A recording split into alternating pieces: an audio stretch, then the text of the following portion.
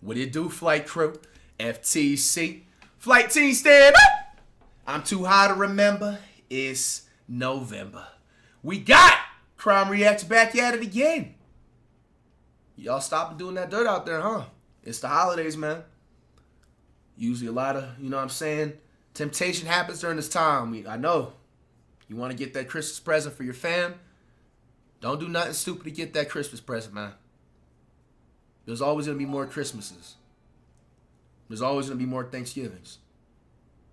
Think. Find something that you're passionate about. Stop doing that dirt and keep it pushing. We got EDU body cam cop calls 911 after discovering son's horrifying secrets. She was just check it out. A jog and somebody just drove off the side of the road. JR Random, give it. That poor kid. I don't think she felt it. Looks like she had a kid too. Oh my God! Oh, where's the son of a? When a woman out for a jog is struck and killed in broad daylight, Damn. Arizona deputies scramble to find the truck that fled the scene. But their desperate search for the perpetrator takes a shocking turn when they receive a phone call no one saw coming. I'm not asking for favoritism, but everyone's going to know anyways. I'm a lieutenant with Phoenix PD. It's my son. That's the guy who did it. That's the guy who did it. Oh! The following is based on official police records. I wonder if because of that he's going to lose his job. The footage has never been seen before until now. Damn. On the morning of February 24th, 2024, dispatchers receive an urgent 911 call. So I just witnessed a hit and run, and this lady needs an ambulance immediately. The vehicle just drove off. It was a Ford F-250, Ford Super Duty. The woman was just running along the side of the road, and the guy just drove and hit her for no reason at all. Okay, so she was walking? Okay, thank you. She was just taking a jog, and somebody just drove off the side of the road and purposely hit her. Okay. I witnessed it in my rearview mirror. I don't know if this truck is coming back. I think he's coming back. You know, I've said this before, man, in past crime videos before. This goes really out to the ladies, the FTC sisters, man. Trying to tell you, man, once again. Now, obviously, stuff like this was going on still back in the day, but it's even worse now. You got a lot more weirdos out there. With that being said, especially if you are jogging on like middle of nowhere type of roads, man, please be careful, man. Take the extra precaution to get more onto the outside side of the road than, you know, near it, which sucks. You know what I'm saying? Maybe you have to sacrifice running in the dirt and the grass and everything, dirty your shoes a little bit more. But, bro, there's just too many weirdos out there, man. Especially, man, if you're just jogging by yourself, that just breeds just temptation for these weirdos to just try and do something, man. Man. I think the guy's coming back. He drove west, and he came back to the scene, but Okay, he he's did still in come his back? truck, and it looks like he's going to drive away, but I don't know what he's doing. Is she conscious? I don't think so. But I think she's breathing. That's the guy who did it. That's the guy who did it. A Maricopa County deputy arrives as the caller points to the suspect's vehicle, but it once again turns and flees the scene. With the deputy unable to leave the victim's side, a civilian volunteers to follow the suspect, but quickly loses sight of them. Though the deputy attempts to help the victim, the woman shows no sign of life. At 10:02 a.m., she's pronounced deceased. As backup arrives, they work to locate some form of identification, but find only her cell phone. That poor kid. I don't think she felt it. Looks like she had a kid too. What? Scattered along the roadway are her white earbuds, glasses, and pieces of a headlight. Her shoes were thrown from her feet, with one lying more than 70 feet from the other, a brutal indication of how violently she was struck. Hey, just letting you know and let Sergeant know, there's a possible next of kin over by his grant. He said that the wife and mom were out running, and they can't get a hold of her, so... The man provides the phone number for his wife, 43-year-old Lisa Mancuso. A deputy calls it, and in a tragic confirmation, the victim's phone rings. It isn't long before another family member arrives at the scene. Damn. Officer, yeah, what's going on, officer? My son just called me. He's crying and everything. He lives right here. He lives on the other side? He lives right over there. You're gonna have to go down to Galvin, up Central to get there. Is somebody hit by a car or something? They will be able to fill you in. The man is Lisa's father-in-law. He rushes to her home where deputies are speaking with Lisa's husband and young son. Their emotions spill over as they learn the cause of her death. Oh my God! Oh! Where's the son of a... Looking for him. Hit and run? Terrible, isn't it? You know what? We were complaining about a stop sign here. You know, this is ridiculous. They go 8 miles an hour down this road. I know you guys are spread thin. I realize that. You have every reason to be upset. So, I'm really sorry. Yeah, I know.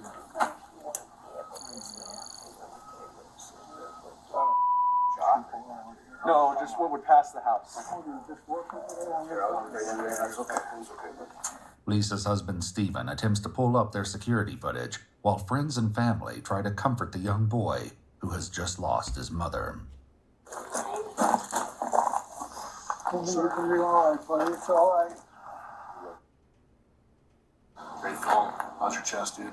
It's better, but I'm so... I'm just in utter shock right now. Like, I can't even think of it. Overcome with emotion, Stephen takes his son inside the home for a break, while his father stays outside with deputies. How bad is Lisa looking? Bad? I mean, no, I wouldn't recommend seeing her right now. How's that? That's the best way to put it. Yeah, I understand. Oh, this is gonna be devastating for him and his son. Oh, yeah. Is that Lisa there? Yeah, sir. I'm sorry to say this, sir.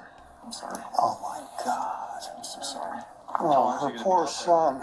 Back at the scene, deputies Sad, gather man. statements from witnesses. Right. He noticed this woman in black, workout clothes, if you will, jogging. Okay. She wasn't anywhere near to begin with. In my own personal opinion, Right. not seeing the details, Right. as far off as she was, Right. and shame on me for saying this, there had to have been intent. The 911 caller who saw the tragedy unfold in his rearview mirror also told dispatchers the incident looked very intentional, but deputies aren't quite certain that's the case. Wow. So originally he said it looked intentional. Okay. But then when I asked him about, did the vehicle like abruptly turn into it? And he said no, it was just a gradual, kind of went over. Like 692 or just distracted or something. Yeah. But you leave, and maybe big truck. Yeah. Call it play dumb. Yep. You came back. He came back. If you thought Saw what I just hit a box in the road. Yeah. According to witnesses, the truck ultimately made 2 U-turns near the crash site before fleeing the scene for a final time. So they knew While what the was cameras up. at Lisa's house weren't working, investigators obtained a clear view of the truck just before impact from a nearby residence.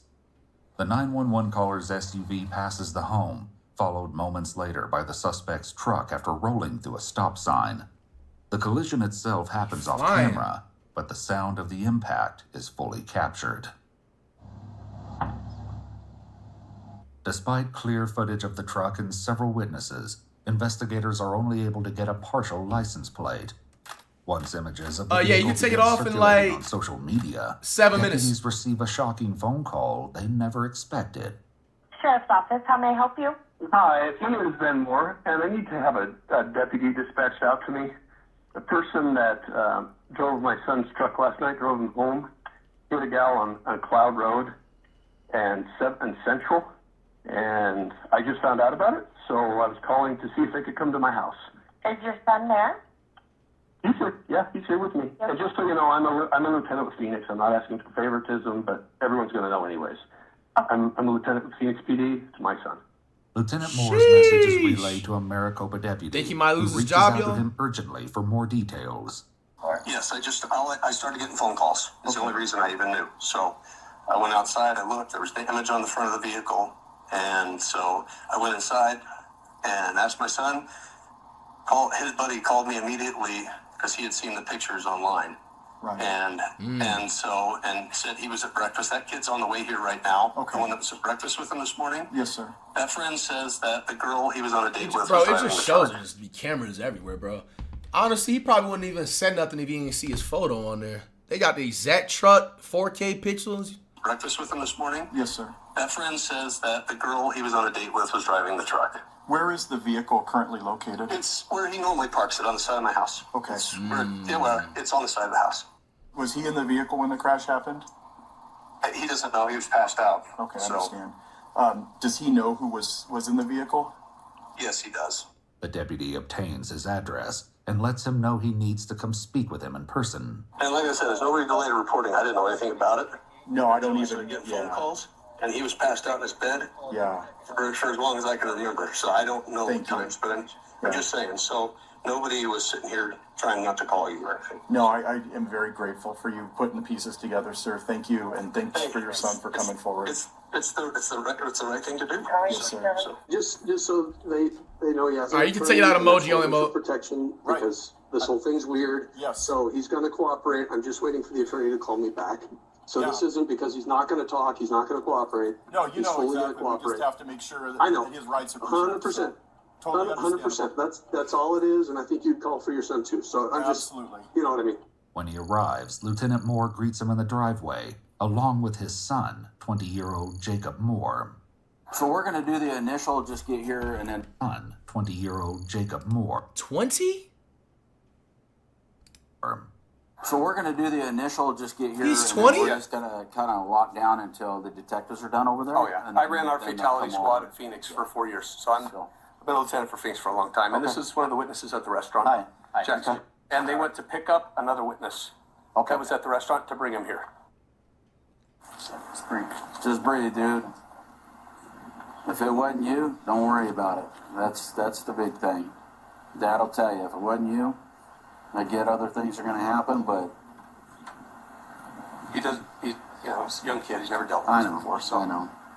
he's just sad at how it's going to affect me. So I told him I love you, and I would be here regardless of that. While waiting for detectives to finish surveying the crime scene, Lieutenant Moore leads the deputy to the truck. So it's up here, the damage.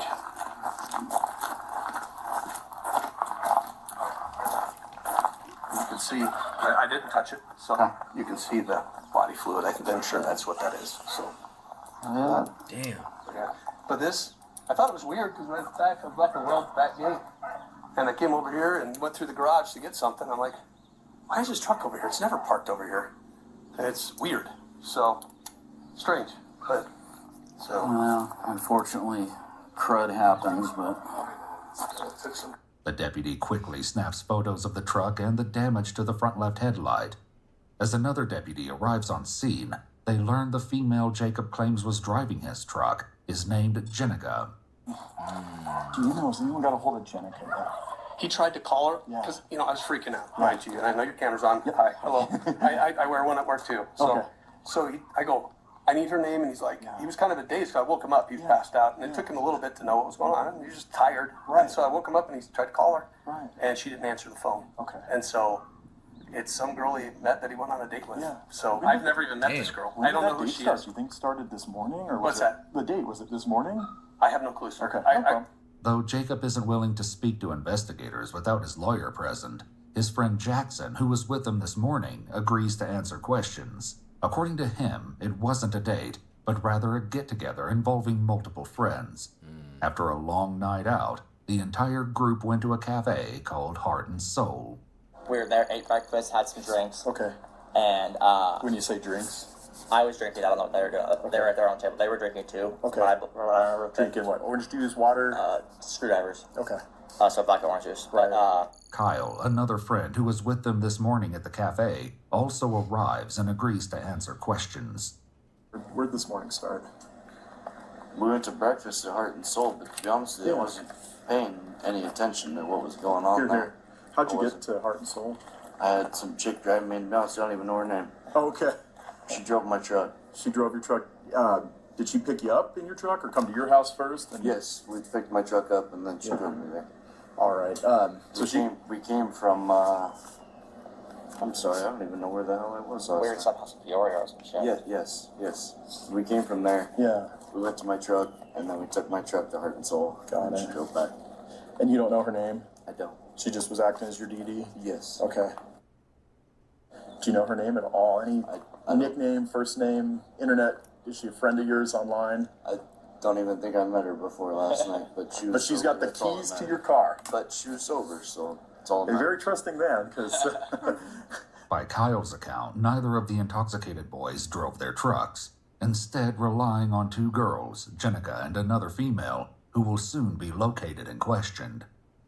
Meanwhile, Lieutenant Moore hands over his home camera system, hoping it may show evidence that Jenica was the one who dropped Jacob off at home this morning. I just feel bad for this lady. Oh my goodness. Yeah, it's rough. I've done so many of those notifications. Were you Just vehicle heartbreaking. crimes as well? I ran our vehicular crimes for almost 4 years, 3 years Wow. now. So yeah, social media's blowing up with it, right? A situation where you have a true victim that Yeah, she didn't do anything. didn't do anything wrong. And, It's horrible. yeah. It's absolutely horrible. Everything on social media is saying a girl's driving, because they were looking for the car. I didn't see that until the people started sending me stuff. So honestly, beyond that, I don't know. That's interesting. So social media is saying that a girl was driving. Yeah, they said they're looking for a girl Yeah. in this truck. That is interesting because that was not publicly released.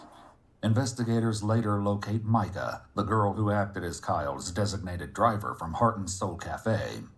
She explains that Jenica is her roommate and confirms the two were at the cafe with the boys that morning. Who was driving? Jen was driving and I was also driving.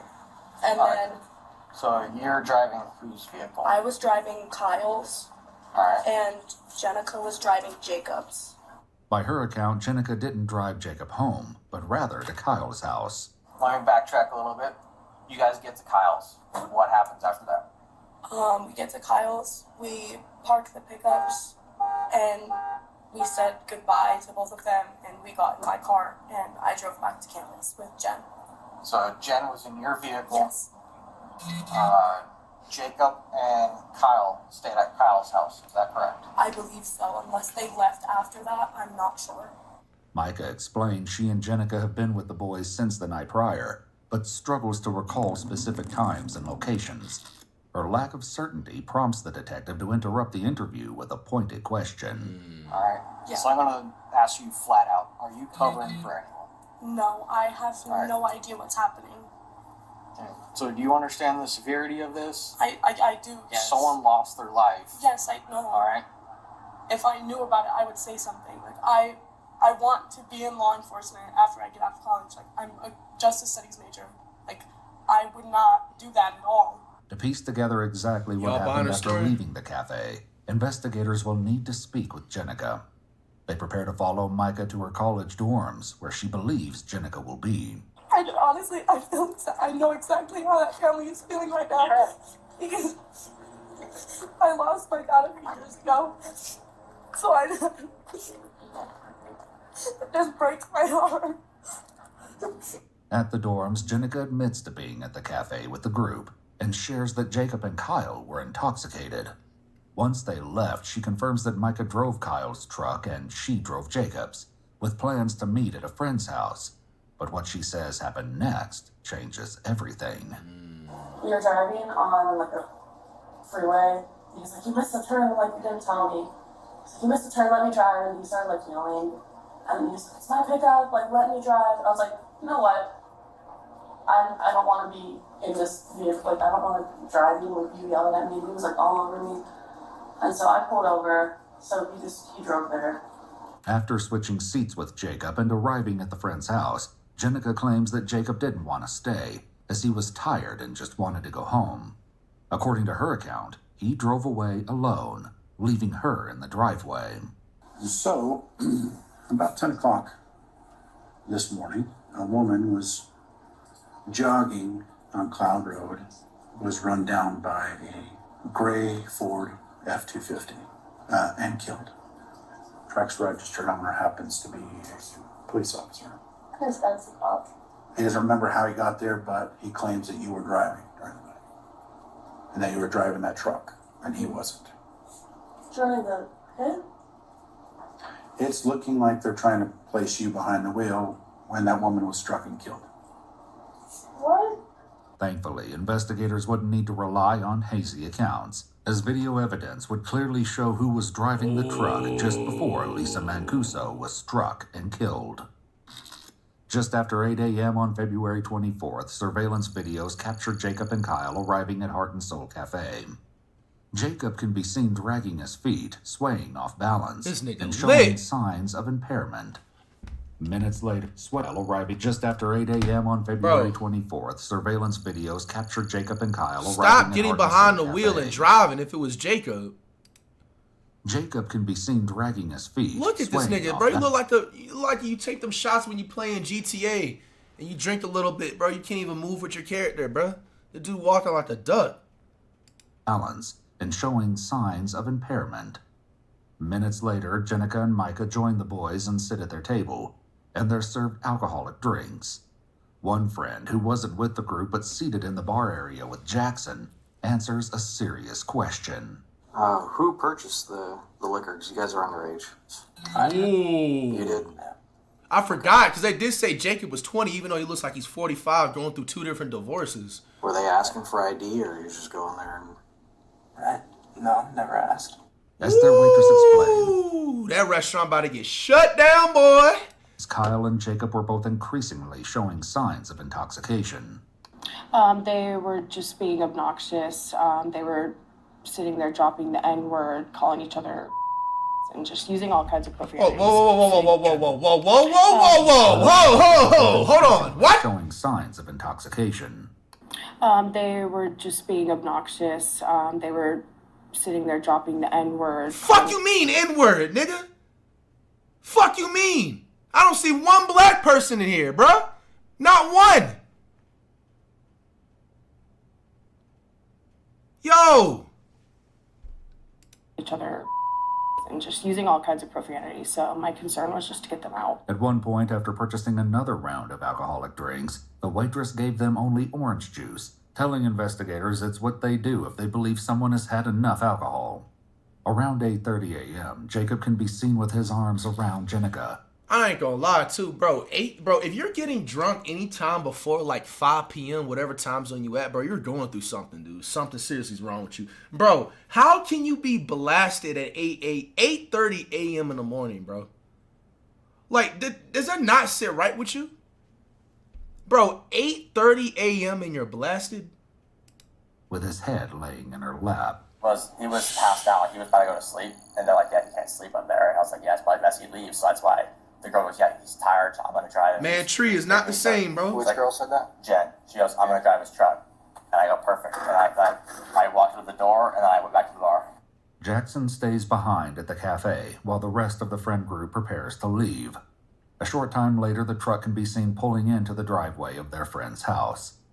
As the doors open, Jacob exits the driver's seat, confirming Jenica's claim that the two swapped seats along the way. The two talk for a while and briefly hug before Jacob enters the driver's seat once more. Jenica walks to Micah's car to wait for her friend, while Jacob leaves alone. Lisa Mancuso would be violently struck and killed less than 10 minutes later. Still, according to a family friend, Jacob has no memory of being behind the wheel. That's bad. I said, nothing? You can't remember anything? He goes, bro was blacked out while driving, bro. He goes, and then the next thing he remembered was his dad waking him up.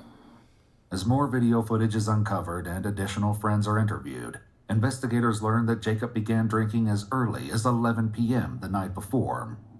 After visiting multiple bars... Something's wrong with him, bro. 11 p.m. the night before. So that means, bro, when you were at the restaurant, you low-key was still lit. Because, we're being real, I say it takes a solid 6 to 8, maybe a little bit more hours for the liquor to fully dissolve out of your system. Tonight, he enjoyed additional... And then you gotta account for the hangover, too. His friends at an abandoned racetrack. When you guys are at the abandoned racetrack, and you guys are drinking, about how much did you guys drink between everybody? I think there was like a 12-pack that we had in the truck. So that split between everyone, which is just, what is that, 2.5 beers? Probably 3 beers each. When you guys were it's 2 or 3 beers, yeah. At the racetrack, what'd you guys do with all the beer cans? In the back of his truck. You threw it in the back of the truck? Yeah. According to police records, 8 crushed beer cans were found in a dumpster, removed from Jacob's truck prior to the deputies' arrival. Damn. They'd been thrown away by Jacob's father, Lieutenant Moore, who openly admitted he did so before knowing the truck was involved in the accident. So, I don't know about that. That doesn't look good. Somebody about to lose their job. So, could be protein, the Coors Light, and the Monster. picked up a whole handful of crap out of the back of his truck and threw it in here. And while Jacob's father was seemingly conflicted over whether Jacob parked the truck in its usual spot, Where he normally parks it, on the side of my house. Well, why is his truck over here? It's never parked over here. It's weird. the camera system his father gave police ultimately showed Jacob arriving at home and exiting the driver's seat himself. In an interview recorded on the day of Lisa's death, a deputy acknowledged Lieutenant Moore's concern that the investigation might appear to show him preferential treatment. Get it? In 26 years, there are untold sacrifices you've made. There are things that you gave up, things that you did for the better of, whether it be a citizen or an agency or another officer, things that you'll never get recognized for, things that you'll never get back, things that you've had to deal with that are untold and never will be told, the things that you saw and dealt with. I know. It's the nature of police work. Yeah. And for that to be called into, when something like this happens, because there's automatically that, well, he's protecting his kid, he's doing this, he's doing that, and I want to do everything to circumvent that. Yeah, I'm not protecting anybody. I know. That's why we're having this conversation, because I had not a feeling. protecting anybody. Though Jacob claimed to have no memory of the incident, he Googled DUI manslaughter on his phone at 2:37 p.m. Cut! Woo! Technology, man, is crazy, man. They rated that search history. Less than 10 minutes before his father reached out to deputies. He sent a text message to a close friend an hour later, one that seemed to suggest he knew what was coming next. He said, "Hey, I love you, just so you know that." And I said, "What makes you say that?" He said, "I might be going away." At the time the Ford F-250 was seized by police, detectives were unable to prove that Jacob was behind the wheel at the time of the crash and couldn't get a warrant for a sample of Jacob's blood. DNA taken from the broken headlight of the truck would later come back as a match to 43-year-old Lisa Mancuso. R.I.P. to her, After a man. warrant for his arrest was issued, 20-year-old Jacob Moore, in the company of his lawyer, surrendered voluntarily at the police station. His bond was set at $200,000. In April of 2025, as part of a plea deal, Jacob pleaded guilty to manslaughter and leaving the scene of an accident resulting in death. He was later sentenced in 2025 to serve 4 years in the Arizona Department of Corrections. He was also ordered to pay restitution to Lisa Mancuso's family. Y'all think justice is served? Yes or no? And will be placed on 3 years of supervised probation following his release. For the 1-year anniversary of her death, Lisa Mancuso's friends and family gathered to honor her memory with a 5K, with runners wearing purple, Lisa's favorite color. If you'd like to see select new videos early and help us keep uncovering case files that rarely come to light, you'll find extra footage and unseen details on our Patreon. Channel memberships here on YouTube also include early access to select new video. All right, I'm going to be 1,000. Jacob got a slap on the wrist, bro. And let's be honest. It happened because his dad works at the police department in Phoenix, bro. Like, simple as that. I was expecting him at minimally to get at least 10, bro. Because, if you think about it, like, he left the scene, he tried to cover it up, you know what I'm saying? Like, it'll be different if, like, that happened, which he still obviously would have been wrong, getting behind the wheel lit and stuff like that. And then, like, you know what I'm saying, turn himself in whatever the same day. But, bro, he literally tried to get away with it, bro. He got a slap on the wrist because of his dad from the connection stuff like that. Simple as that. Hey, man, it's a justice system for you. Hopefully Jacob learns his lesson whenever he gets out and stops drinking. I don't think he will.